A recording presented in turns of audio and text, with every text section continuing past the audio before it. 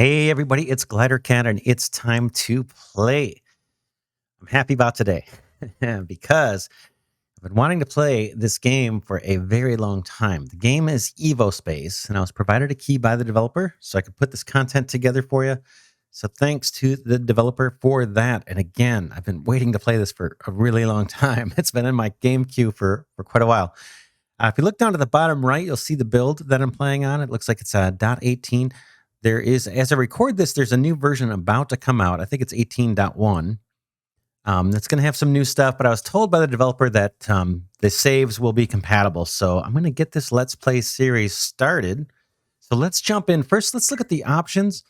Right now, I'll show you what I'm doing. I've got shadow quality set to medium, texture at ultra, effects at high, and that's the highest. I will likely bring these things down as we play because this thing really goes after my graphics card. I can hear it trying to stay cool while I play, but we'll start out with kind of higher settings. I did turn down the field of view to 90 again. I'm just trying to save GPU stress and energy usage here. So that's what I've got for here. Audio, I just turned down the music, not crazy about it, and turn down dialogue and UI, but the rest of the sounds are pretty much the way they are. And I think that's it. I may have changed. No, I'm not sure if I changed anything here, if I left it default. But yeah, that's it for those. And again, with the graphics, I may scale this down later on as we play. So let's go ahead and create a new map. For the seed, I'm just going to use the word Glidercat. Boom. And then we'll name this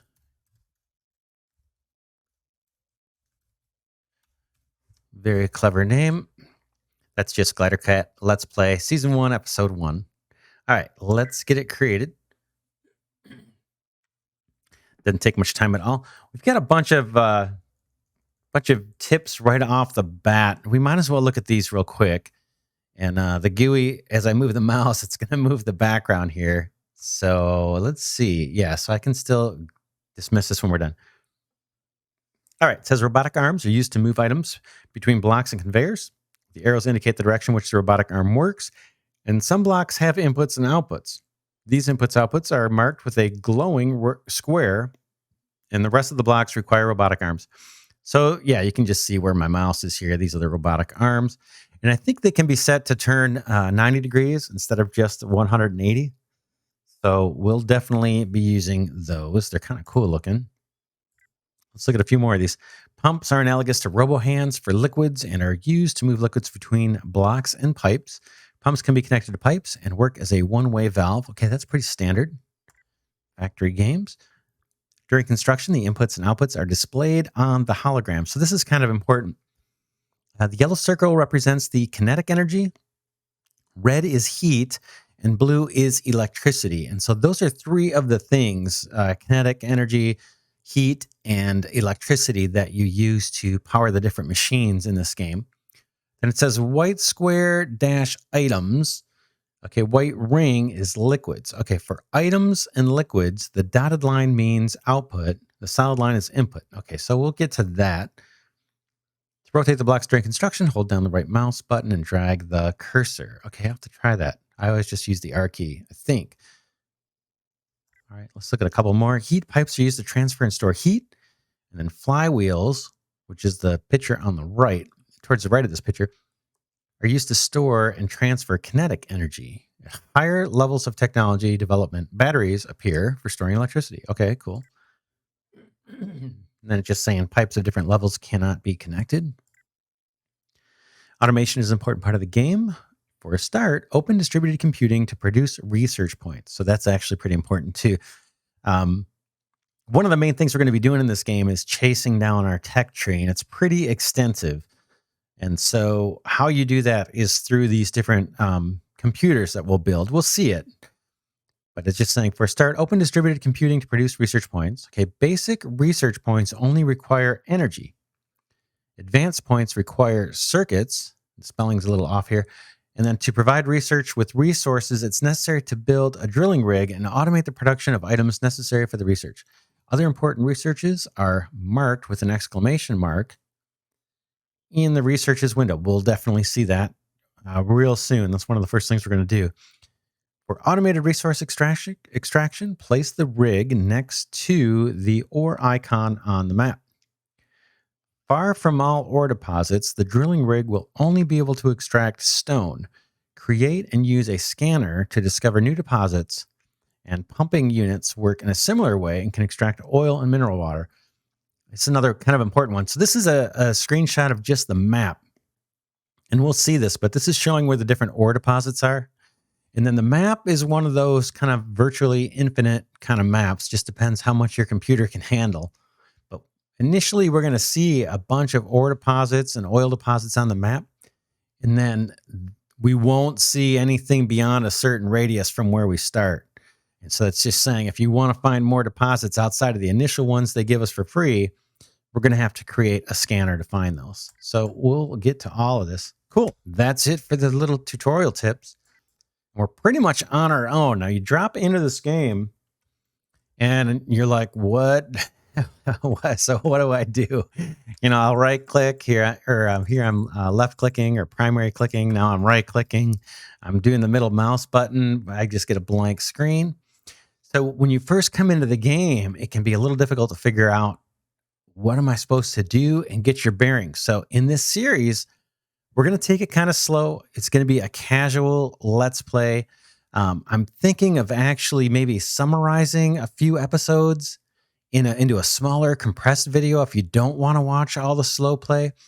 And then maybe having those on the weekends or something, just like a compressed view of like what happened during the last 6 episodes of Evospace. So yeah, for this let's play series, we're going to take it easy. I'm going to be learning the game. We'll learn it together. I'm going to take time to explain what I'm doing. I may actually go in and change my mouse sensitivity. Let me pause here, and I'm going to go into my mouse software and just change my mouse sensitivity so things aren't so jerky.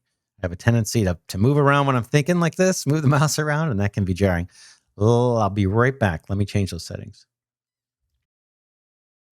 All right, I'm back. Actually, I played with my mouse software, but then I thought, let me come in and see if the game actually has these settings, because I'm playing another game that doesn't have mouse sensitivity settings, and man, it's just very jarring. I think the videos are a little rough because I tend to mouse around a lot. Anyway, so I just turned the mouse sensitivity down. It's under here on controls. I just turned it down for me and my mouse and my play style because I'm recording. So hopefully that will make things a little less jarring, and I can always adjust that later too. All right, so here we are. We are on the map. I just hit the M key to bring up the map. And like I mentioned, we're able to see some initial ore deposits already. And let's see, if I zoom, I'm actually scrolling the mouse forward and that zooms out. And so there's a bigger picture of our map. I'm not sure how far I can scroll out. But you can see that once we get beyond a certain perimeter or a certain radius from our little home base here, we can no longer see any ore deposits. So that's why we'll need eventually to build a scanner and try that out to find more. Let's see, if I left click, I can move this around. And now I'm zoomed in pretty much as close as I can. And this little home marker will stay on the map. So we'll probably end up building our base or a factory around here somewhere, right where this home icon is, so we can quickly find it as we expand. And then this little icon here where I'm mousing over, that's me right now where I'm at on the map, kind of like this little push pin kind of thing. All right, let's go back to here. Now it's coming on nighttime. So the first thing you want to do, the first thing I do when I start a new game, or what I've been doing, is I look for some ore, because the first thing we're going to need to do is start crafting some stuff. So I notice I've got some different colored rocks over here. And again, if I left click or right click, nothing's going to happen. If we look down at the toolbar at the bottom of the screen, the hotbar, we can see we've got a mining pick there, or a mining tool. So if I just hit 1, that brings up the mining tool. And now if I left click or primary click, now I can start collecting some stuff. And it should pop up what it is. There it is on the far left. You can see I'm actually getting copper ore out of this. And you can see at the top of the screen, as I mouse over the material, it's telling me what it is. So we've got basalt here as indicated at the top of the screen. And now we've got copper. So I know we're going to need some copper. So we're just going to grab some of this while we see it opportunistically. And I think there are probably, I'm guessing there are upgrades to the mining tool. So it's a little slow in the beginning. And again, I'm just assuming there's upgrades to the mining tool. I haven't got that far yet, but we'll find out. And then it throws off these little balls of ore or rock or whatever you're mining. And you do need to make sure that you collect those. Sometimes they will not automatically be collected in your inventory. Just walk over them and they're brought into your inventory. All right, we'll grab a little bit of this, and then we're going to look at the tech tree and get started on some of our basic research. More basalt. I can't really use basalt for much. It doesn't seem like in the beginning. There's some coal here too. That's going to be handy for us for sure. All right. So again, I'm just left clicking and grabbing some stuff. Easy peasy. All right, let's go ahead and hit the, it's the actual, the J key to bring up the research tree. And I'll scroll down this thing and you can see there's quite a bit of stuff for us to research. And it's, for me, so far, it's my understanding it's one of the key, end games is getting through this research tree. And there's a whole bunch of product automation and stuff that has to happen for you to make your way down this tech tree. But initially, I'll show you how these icons work. So this first row, we see a bunch of items here that don't have any of these little plus signs. And so these ones, I think, are pretty much for free. We can research these. It doesn't cost us really anything to do it. So for example, I'll click on initial scan here. And on the left, it's being queued up as the current research. If I just hit start research, boom, that's it. I mean, we got that one instantaneous. It's done. So initial scan goes down to the bottom of the list here and shows that we've completed it. So right when you start the game, you get a few of these for free. So let's just go ahead and research them all. We won't spend too much time even looking at them, or I guess we can. Mineral scan, that's going to get us a furnace, the ability to make bricks, the ability to make sand and gravel. So we'll just boom that one. We'll select smelting. That gets us the smelter intuitively enough. And metalwork gets us the ability to produce copper parts, copper plates, and pipe. Bam, instantaneous. And then we've got heat conversion. That gets us the Stirling engine. That's our first ability to produce kinetic energy. And a lot of the machines in the game run on kinetic energy. And so it takes heat energy and it converts it into kinetic energy. And then you feed that kinetic energy into some of your machines. So we'll just click start research on that. We get it automatically. And it looks like maybe the last free one here is electricity. And that just gets us the ability to produce cable. So we'll just hit start research and we're done. Oh, another one. We unlocked another free one here. Power generation. So this is the compact generator. Now this one converts kinetic energy, like from the Stirling engine that we just saw, into electricity. So once we have electric powered stuff, this can be useful again for converting kinetic energy into electricity. And we'll see all this more as we play. Okay, we unlocked another one, distributed computing. Let's go ahead and before I actually click start research on that, you can see in the display here over on the left, a couple more things about the tech that I didn't talk about.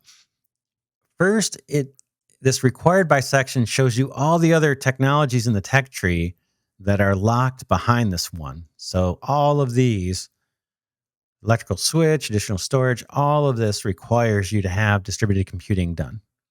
And then at the bottom here, it shows what are the things that you needed to complete before you can even do distributed computing. And it was power generation. And we just did that a little while ago. So this just kind of explaining what the screen does. All right, I'll hit start research on that. And now we just unlocked a whole bunch. They changed colors. And I think this is gray. I'm colorblind, a little bit colorblind, so I can't say for sure. Looks gray to me. But now all of these are available for us to research. So I mentioned there's a bunch of them that we just got done researching that don't have these little plus signs. So what are these little plus signs and what is that all about? So if we look, we hover over it, right? It says basic computations. And then we've got one over here that has 2 plus signs. This one says advanced computations. And as you might imagine, as we scroll down, there's some more different colored pluses. This one's complex. This one's deep computations and advanced. Yeah, basic, advanced, complex, and deep.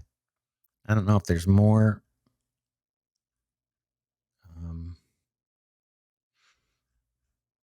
Let's see. Quantum computations. Okay. Yeah. So near the bottom of the tree. So, what are computations and how do you produce them, or what the heck is that all about? So, for computations, we need to use a computer. And here's how we unlock it. Distributed computing one, computer. Did we do that one already? Let's hit start research. Yeah, I think we did. That's all done. So, we're going to need to build a computer. So if we mouse over that, it says develops research points and consumes electricity. So let's hop out of the tech tree and see what it takes to build one of these computers. So I'll just hit J to get out of that. And now we're back on the map. I'm going to move up to a hilltop here just so we can look around. We're going to have to find a good place to build.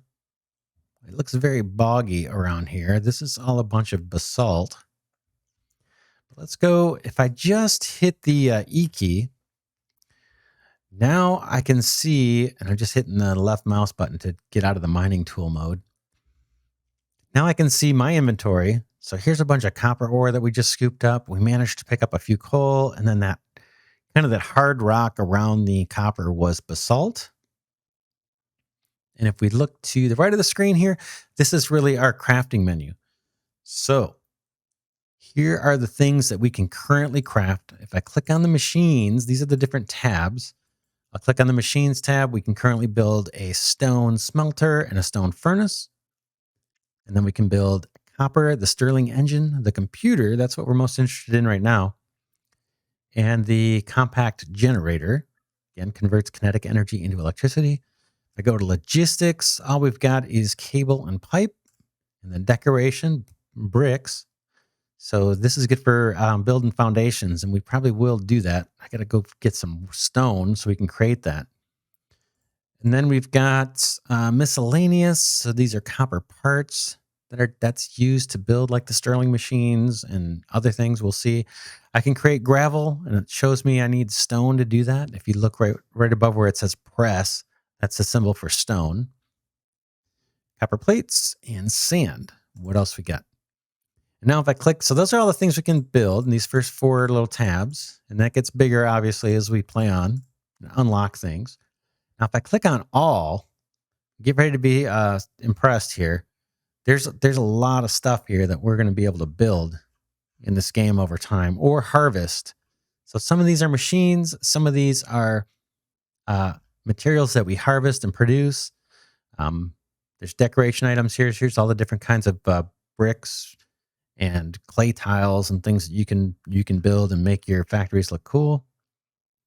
Ingots, bunch of dust. We'll see what the dust is all about.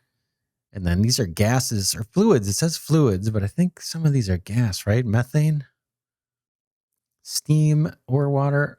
Okay, so it says fluids.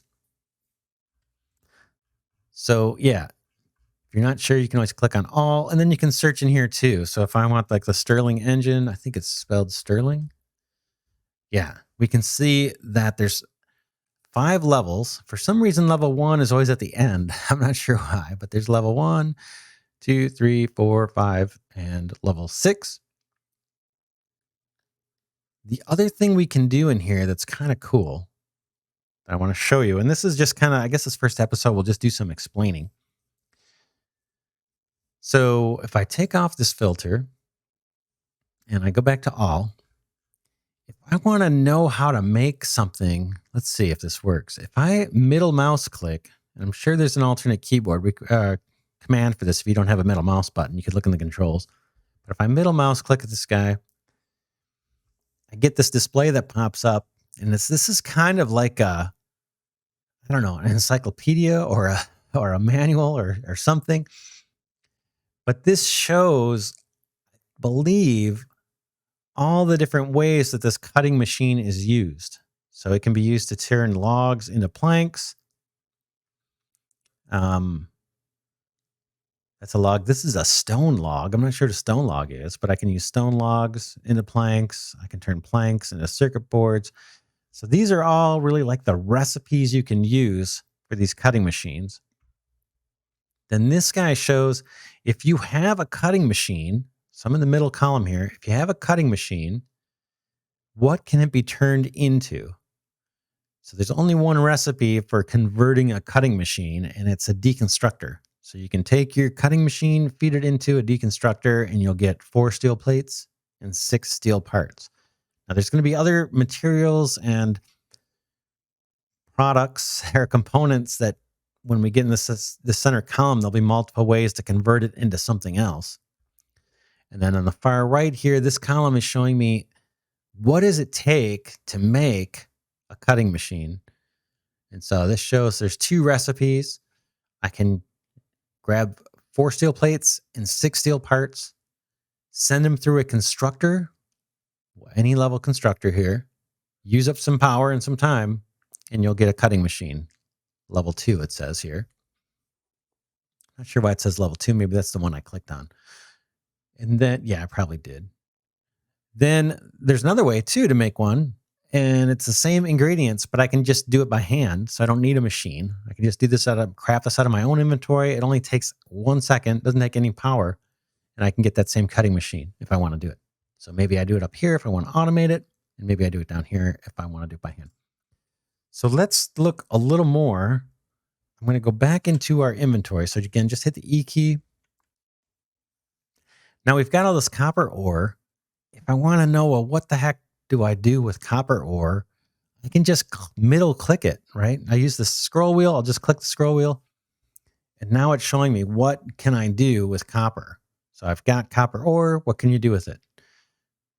Well, I can run it through an automatic hammer machine, and it'll give me 2 copper impure ore gravel for every copper ore. Or I can just send it straight into a smelter and get copper ingots. So that makes sense, right? That's pretty clear. You take the ore, you smelt it, and you get ingots. We're all pretty familiar with that from factory games. Why would I want to turn it into impure ore gravel? Well, I can just middle click that and see what the heck is impure ore gravel used for. And so now here's that same kind of information. The middle is telling me, what can I turn it into? So here's my ore gravel. What can I turn it into? And we've got 3 different recipes. I can take impure ore gravel and turn it into impure ore dust. Or I can combine it with water inside a ore washer, and I can get copper ore gravel. So not the impure, but just the regular copper ore gravel. It'll throw off 1 unit of gold dust, and it'll throw off some ore water. Or I can use that impure gravel and turn it into copper ingots just by throwing it through the smelter. So, and I can hit the back key to go back. So here, 1 copper ore gives me 1 ingot, but if I first convert it into impure ore gravel, 1 copper ore gives me 2 of those. And then for each one of those impure gravels, I get a copper bar. So just by turning that ore into this ore gravel, I double the number of copper ingots I can get. If instead of just smelting it, I wash it through one of these ore washers, then I'll get a little bit of this extra gold dust that I can use for other things. And I get this ore water, which is just a junk product. If I want to see what that's used for, middle click it. And it really says all you can really do with this is throw it away. So this is a fluid dump. You take 1 ore water, you send it to the fluid dump, and you don't have it anymore. So there's really no use for this product. So I'll hit the back key again. But doing this, I get this gold dust, which is useful. And I get 10 copper ore gravel. What do I do with that? Well, for each one of those, for 2 of them, I can smelt it and get a bar, or I can split it some more and a macerator. 1 copper ore gravel gives me 2 copper impure dust. Boom. What can I do with the impure dust? I can convert it directly into gold dust. So if I want, through a series of different machines, I can turn copper ore into gold dust. So if we're short on gold and we have a lot of copper, we could do it this way. I can just burn that impure ore dust into copper ingots. So I've already, in the previous process, I got myself a free thing of gold dust. So I can take the copper dust and still get my ingot for free out of that, pretty much. And this is just another way of smelting it. So here's the basic smelter, and then here's an arc smelter that I think that's kind of advanced. This one runs on electricity. This one runs on heat. So same kind of conversion ratio. Or I can run it through an industrial separator, take my copper impure ore dust, run it through the separator. I get another little flake of gold dust, and I go from copper impure ore dust to 10 copper dust. What do I do with copper dust? It looks like I can just kind of smelt it at that point. And again, I haven't lost anything. I still got a good conversion ratio, but I managed to extract out another kind of piece of gold dust by going through that process. So that was kind of long, but I just wanted to show you that because we're going to be using that to figure out how we want to convert these materials and process them. So it's more than just, if we wanted to, we can just start out and mine some copper ore, run it through a smelter and get our copper bars and be on our way. But if we want to optimize and get the most we can out of every little piece of ore mined, we can run it through several different intermediate processes and extract out more useful materials. So depending on your play style, there can be a lot of fun in doing that. And again, the middle click is kind of your friend to navigate this stuff and figure out what, how do I use these machines? What can I do? Like coal is a very valuable resource. We just managed to mine some. So let me come out of here. I'll show you what I just did. So we managed to mine some coal. Just now, when we were getting the copper and stuff, there's a few little ingots or a few little nuggets of coal we picked up. So if I center click on this, it shows you what coal can be used for. And it's mostly this one, just energy, right? So if I burn it in a furnace, I get 11.1 kilowatts of heat. So these are all the ways I can use coal and the machines I would leverage in doing that. And then there's also several ways to produce coal. So we just mined some. And I can get coal from wood. If I use these coke ovens, I can take wood planks and convert that to coal as well. Or I can take this organic material and turn it into coal. There's just a bunch of different things that we can use to get coal. These are deconstructors. So that's basically taking stuff apart and you get their materials back. Coal ore into coal. Coal ore into coal with that. Okay.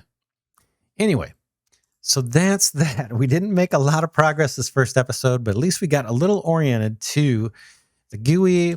We saw how to mine. We saw how to kind of use this glossary of materials here. We saw that inventory is the E key, and so is our crafting.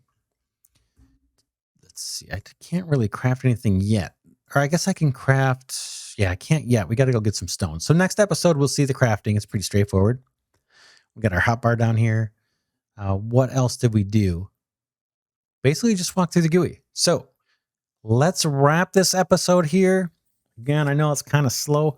This is going to be kind of a casual Let's Play series. I think there's a lot to learn, and we may be spending a fair amount of time looking at these screens because we're going to want to figure out how to best use these processes and extract the most material out that we can, and then figure out how to use this stuff. So you can see you can go in pretty deep. But next episode, we'll look at building the computer and we'll start on the research that requires these calculations. I didn't fully explain that in this episode. We'll pick that up at the top of the next episode. All right. So if you like this content, please do consider giving it a thumbs up. It helps my tiny channel. And for now, this is Glidercat signing off, saying I will see you in the next episode.